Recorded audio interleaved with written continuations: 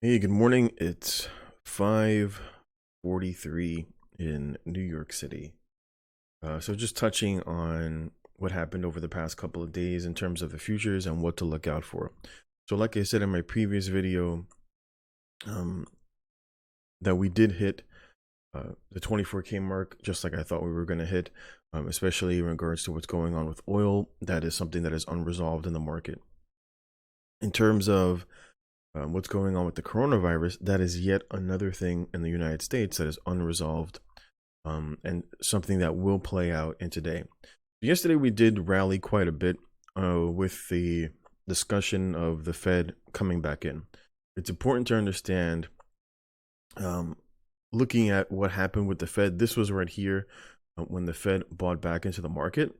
And the result is that you see that we still ended rolling over, and we ended up rolling over even a bit further when we came all the way down here. And so like I said before, is that even when the federal government tries to inject liquidity into the market, the direction of the market is still the same, which is to the downside. This is kind of like, I see people uh, who are seeing their stocks kind of go lower, and they were like, oh, I invested another 5,000. I invested 5,000 yesterday. Here's another 11,000 today. And what they don't understand is that they're throwing good liquidity away.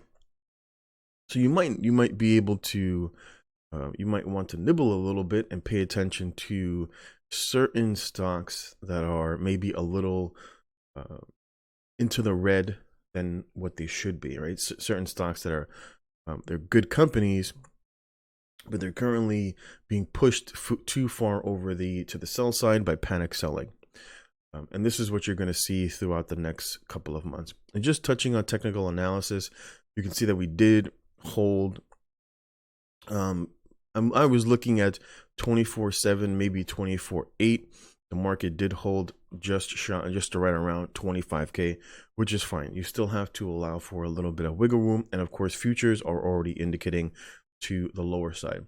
The market could snap back as high as 27K, since 27K for the longest was our resistance, as you can see right there. Right, 27K, excuse me, for a long time was the market's resistance for the better part from January of 2018 just to about October of 2019. So that becomes a long-term, that long-term resistance was supposed to be a support, which it was. You can see we kind of supported right here and right here, where the market kind of traded sideways and then finally broke out. We did come to 27K. Maybe it's easier to see like on a 15-minute chart. All right, so looking at 27K, you can see we kind of held right here, right?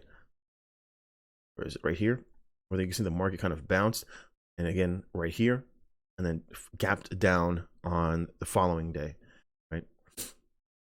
And then we finally ended up gapping down here from the 26, and then a gap down below 27K. So you can see that the market supported itself through, like I said, when you finally break through a resistance, that resistance becomes your support. And the market blew through that support via gap down. You can see the market retraded right here, right? You should be able to see that real clear right there, where the market tried to re-rally above 27K, fell short, gap down.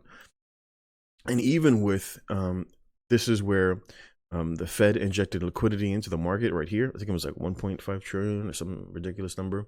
And you can see the market again, even with federal stimulus, could not break above the 27 mark, right? You can see it immediately rolled over. And so even if the market would to reach back up, in my opinion, I believe it would be shorter, because there are more concerns now than there was here, right? There's more concerns. Like, this is the result of now the problem with oil, right? So the market was already going to break 24K. The oil just gave it another catalyst in that direction. And so in my opinion, the federal stimulus will not do anything to change the problems. They will just slow them down to try to get investors to feel comfortable buying. And then of course people will start to sell, and then the floor will fall out under them. And this has happened time after time. Just looking back, it's important, like I said before, it's very important to look at charts in the past to show how investors trade. So looking at the collapse of 2007, 2008, and 2009, right? So we're going to go over a bit of technical analysis from the past that you should be able to, that will play out in present day. So looking back at in 2007, you can see the market's almost double topped, right? Almost a triple top right here, right? That triple top at about 14K. Excuse me. So you see the market triple tops here at about 14K. But if you're looking at the trend, right? When you're looking at the market, you can see that the trend is to the upside, right? The market would hold resistance, would hold supports, and then bounce. It would hold supports. You can see that right there. Make it a little easier, right? You can see that right there, and then it double taps it. It's actually multi days, right? Multi days where it holds 12K, right? So we break high, come back down, we hold areas of support, right? We break down and hold areas of support, and once that trend stops, then you have to pay attention to, are there further signs of weakness? For example, what's going on in the economy, right? What are the catalysts, like the bond market being a bubble, because they're saying that they're going to cut rates down to zero. The government printing money, what's going on globally, like with what's going on in Italy, where Italy is ballooning cases of coronavirus, right? We're seeing cases balloon in Iran, South Korea, because of how well they're testing people and just quarantining people, are limiting the spread. But you see real quick, when countries did not take the coronavirus seriously, that they're ballooning cases, and then look at the death rate, right? So that doesn't bode well for the United States, that is now over 1K. It was just the other day where we were like 200, it was like 232, and then overnight we ballooned 100%, right? We doubled the number of cases, and it's because since they're not testing, it takes a little bit of time, because the virus takes several days, up to 14 days before you can be tested. And sometimes they've even said that even up to a month before a person can show signs, or a person can show as being symptomatic. So people are looking at the 14 days. 14 days not enough, even though a lot of people do show signs within about 5 to 6 days. And so that creates a lag time. Where people can be still going to work, right? Like me, I'm a nurse. I could be taking the train every day, taking the bus every day to work, and I'm spreading the virus. I'm spreading the virus Monday. I'm spreading the virus Tuesday. Right? I go to work the entire week, and then the next Monday rolls around, and then I wake up in the morning, and now I have a fever, and then I have a cough, right? So that whole time that's going by, I'm infectious, and I'm spreading the virus to untold amounts of people. And so they're taking a more standoffish approach at only testing when someone becomes symptomatic. And so that gives the virus ample opportunity to spread. And so that's what is causing investors to be worried, because the government isn't taking a hard stand for coronavirus. And especially when we're watching what's going on abroad, and we see people on TV who are talking about, oh, it's nothing to worry about. Trump is like, when they ask him questions, he's like, everything is fantastic, or everything is amazing, or we can test everybody. And then the very next day, someone will come out and contradict him and be like, no, we can't test everybody. We've got a limited number of kits. And then they're like, what's the plan? Like when, what's his name? Ben Carson came on TV, and they were asking him directly about, what's going to happen with the boat that's docking in California that has all these patients that are confirmed with coronavirus. And he's like, we'll let you know in the morning, because we don't know what the plan is, but there will be a plan. We promise there will be a plan. And so all of this causes confusion in the markets, and causes weakness in the markets, and and it causes investors to sell because of the uncertainty within the leadership and the lack of leadership. Going back, looking at the chart, and so you can see where, looking back here, where the market finally broke, right? It held an area of resistance, right? The area of resistance that we spoke of here at 12K, right? And so you see the market held and then broke out higher, and then it got stopped short of that resistance right there. And then the market rolled over, breaking 12K, and then a retest of 12K fell short. You can see it right here, where the market came up to almost 11.8, I think as high as like 11.859. And then the market rolled over. And so this is what you're going to see. You can see in a crash periods of the market going, like you can see right here, where the market went from 12K, right? The market went from, what is that, 11.6, we'll say, and it rallied all the way back to almost 13.2, right? And so that might cause people to think, this is it. We've corrected. The market pulled back a little bit. We've had a little bit of a correction from 14K. We've corrected all the way back to 11.6, right? That's about 3,400 points. And now people are coming in and they're buying, and then the market rolls over on them. And you see really quickly that the floor gets pulled out under them. What was an area of support, it just no longer holds, and the market rolls, right? And so people are like hesitant on selling because they've been buying up here, they've been buying up here, they've been buying up here, then they become real hesitant about selling, and then boom, right? And the same thing again, boom. And this is over a period. This is very quickly. This happened literally over from October of 2007 to the lows of 9. So it's like a little over, like almost 2 years, a little less actually, like a year and a half for the market to go to 14K all the way down to as low as, I was down here like around 6.4, right? So this is what can happen when the market corrects really hard, right? You'll see the pullbacks, breaking areas of support. The market pulls back and tries to rally above and then hits the resistance, and then the market rolls. Same thing right here, right? Where the market held what roughly looks around 8K, the market tried to rally, rolled back down, rallied, came right back down, and then finally slowly on a down day, and we see the market just free fall from 8K all the way down to 6,400, and then kind of slowly take its way back up. And as you can see, that there's ample opportunity. There's no reason to feel like you're going to miss the opportunity to go long, right? Because it becomes more obvious when you start paying attention and start looking for supports and resistances. And that's what happened right here, where the market did the opposite, where the market hits resistance and then finally rolls, where the market hits a resistance and then bounces to a higher high, right? So that's what you want to look for in the marketplace. You want to watch the market. If the market hits 27K and rolls, it will more likely roll back down to 24K. If it breaks 24K, it will more likely hit 22K, which is the next mark, which is the next area of support currently for the Dow, right? At least looking at the Dow, you can see that the next area of support is right here at 22K. We might hold 24K for a bit of period of time because the Fed is going to do what they can, right? We've pulled back already 5,500 points, right?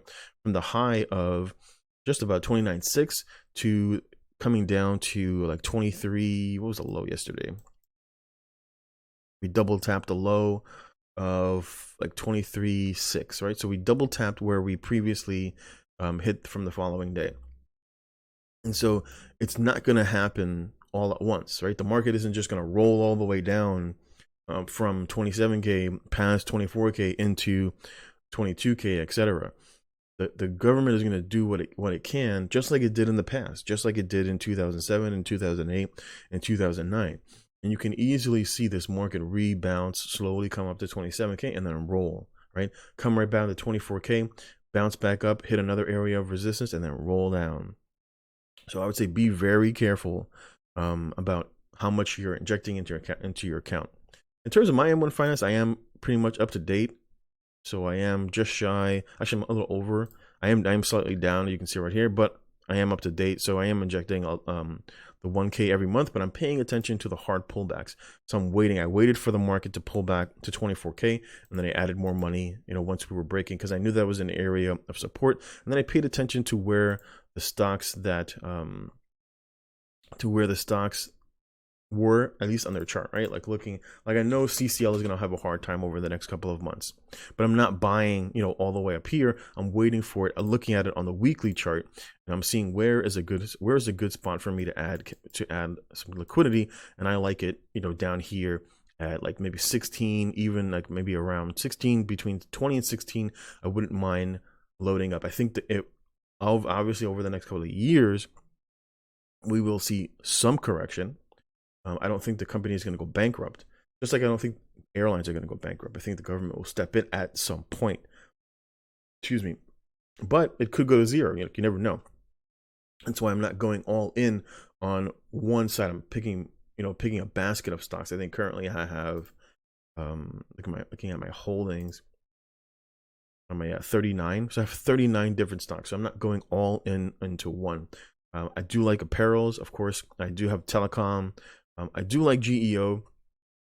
I am still holding the GEO because I think the jailers will come up, especially because I think what is happening right now, where you're seeing a lot of people hold their borders, I think it will add a little bit more weight to what Trump was saying about we can't have all these open borders, especially because we see now in a virus crisis where people coming from one border to another can infect neighboring countries. And so it kind of adds a little bit more weight. And GEO, that's basically what GEO focuses on. They focus on, it's a REIT that focuses on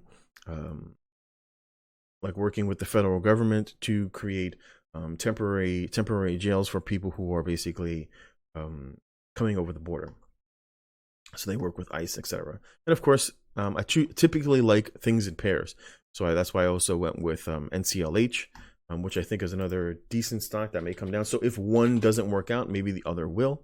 And so instead of just picking like CCL or Royal, kind of going, maybe I might go with all three and add Royal Caribbean. But you can see historically, Norwegian breaking below, even I think coming literally, I think, to its IPO price. Just shy of $20, which is huge. It lost 40%. It lost 40% of its market value, which is crazy. And of course, things like looking at tech, like SQ, Microsoft, etc., Apple. So these are a lot of stocks that are in my portfolio, along with things like Intel, and then with telehealth. Of course, that's another thing. I think space might be space. Might be a good play. NVIDIA. So these are things so I'm kind of like broadening out my portfolio, looking for things that are coming to historic lows. And of course, these are in my risk play. And then of course, I added a little bit of Ford. I think Ford will come all the way down to as low as $5. But I think Ford will kind of wise up, and the directors will take the market into electronic vehicles, and then of course that will be very good for Ford. 3M I think will come as low. Looking for 3M to come all the way down to like 120 or 140, which it did, right? You can see we almost double touched that 140. So that's an area of support where I might be interested in adding a little bit of liquidity. If it breaks that area, then I'll wait instead of just keep on adding and keep on adding and keep on adding. I know that. And where I see an area where I think the market will hold, I will add liquidity. Right, like the 140 mark, I will add liquidity, just like Disney. Right, just like I kind of like Disney. When Disney is coming all the way down to $100, I added a little bit more to Disney, because you can see for many months, Disney held that 90 to 100 area for quite some time. So I know that buyers are going to step in. If the market rolls, well, then I have to wait, and I have to wait for the market to either I have to look for another area where there is resistance, or I have to wait till the market finds basically a floor. And then subsequently start buying and nibbling there. So, but I will still be adding in the 1,000 per month. I just may add it to specific stocks that are hitting like strategic areas where it's a better opportunity to buy here in this particular stock than to buy like in another stock, instead of just like spreading it all out into my portfolio. I'm just waiting. And of course, I do like oil. I think oil will make a big bit of a change. I do like Enbridge. So they're like my Canadian play. And then of course I have like BP. I think BP will do well. And then EPD I'm like very careful about. I might start backing off EPD and then just focus on BP and Enbridge. Same thing with like my pharmaceuticals. I have Pfizer. I think Pfizer decent play. T, I'm waiting for T to come back a little bit more. I would say if T comes back to like that 32 area, this was like down here was a really good play at the beginning of 2019, where T came all the way down to like almost the teens. Where are we? Like down here, it came all the way down to like 27 was a nice buy. So I'm waiting for AT&T to come back. Maybe it comes back to 32 or even as far down as 30. Then I would add more to it, because I know AT&T close to $40 is not a value. It's not a value buy. Of course, in terms of the banks, I do have ORI is one bank play, as well as I forget what's my other banking stock. I have another banking stock somewhere, and then I have, in terms of my food, I have Flow, which is a good dividend stock, as well as Kellogg. I've got my apparels with Foot Locker, the Gap. What else is my apparels? Look at it this way, make it easier for me. In terms of my risk, this is my risk portion of my portfolio, which I like. So I've got things like AEO, ANF, GPS as my apparels, with some mix of tech, right? Service area like Disney, Square, and then I have like a little bit of healthcare, right? And then shop. I think shop would be good. I would go into things like and mRNA, Moderna, I've been wanting to add. And then I actually like GE down here. I actually kind of like GE down here at $8 because you can see it double tapped it right here and here. Right, so I think historically, $8 is a good buy. It was a good buy for GE if you were able to pick it up. Looking at it, because I was in GE way back, I bought it.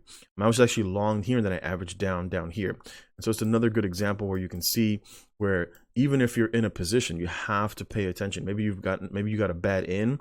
I was watching Ryan Schreiber, and he was talking about his GE portfolio where he got in at 14 and he held it all the way through the pain, but then didn't pay attention to where the market started to base, right? You can see where the market started to base, and it finally broke out of that base, created another base, broke out of that base, right?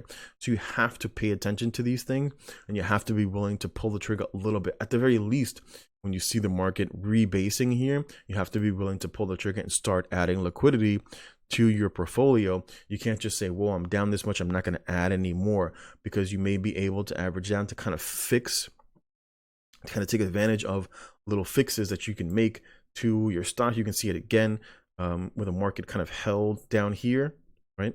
So the low end of this base was down here around $8, and you can see the market collapsed all the way back down from 1060, hit that base, and then boom, bounce back up.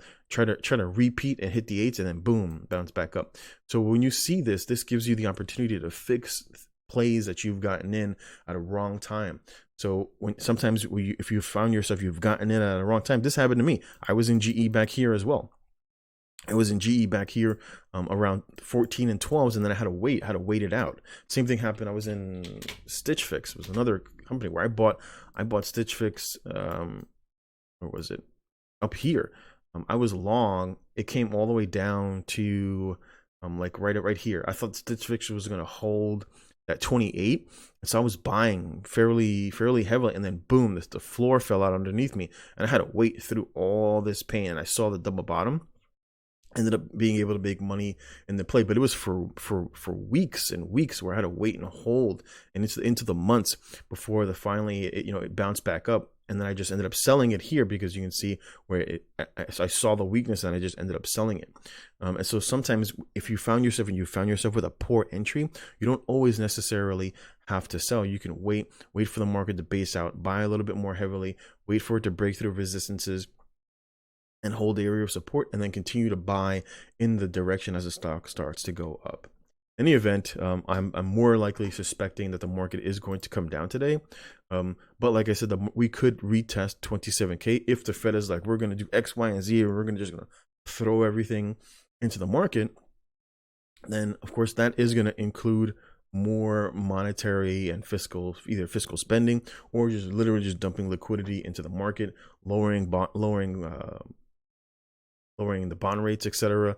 So the market could bounce off of that. But I think the direction has changed from a bull market into a bear market. I believe we're going to see the market roll over 27. So I would watch to see for a re-break of 24K. And then, like I said, a break of 24K will easily lead us to 22K. And so that's where I will hold injecting more liquidity into the market. I'll either wait for 24, or if we break, I'll wait for 22 and then subsequently start adding, because I don't know where the market is going to bounce.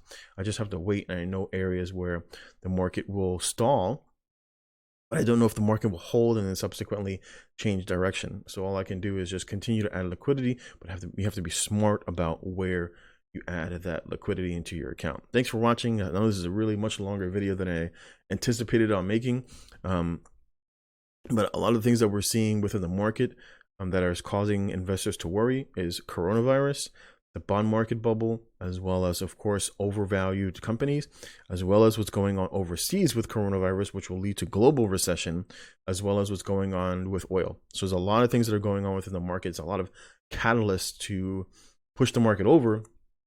And as we see this number start to rise, investors will start to worry. And so I pay attention to this. I'll leave a link in the description. This is COVID19info.live. And then looking at, we're at 98.8, and you see the market, and you see the numbers are still, right? They're still creeping up an additional 127 cases. But anyway, thank you for watching. If this is your first time watching, feel free to like, comment, and subscribe. Take care. Enjoy your day. Take care.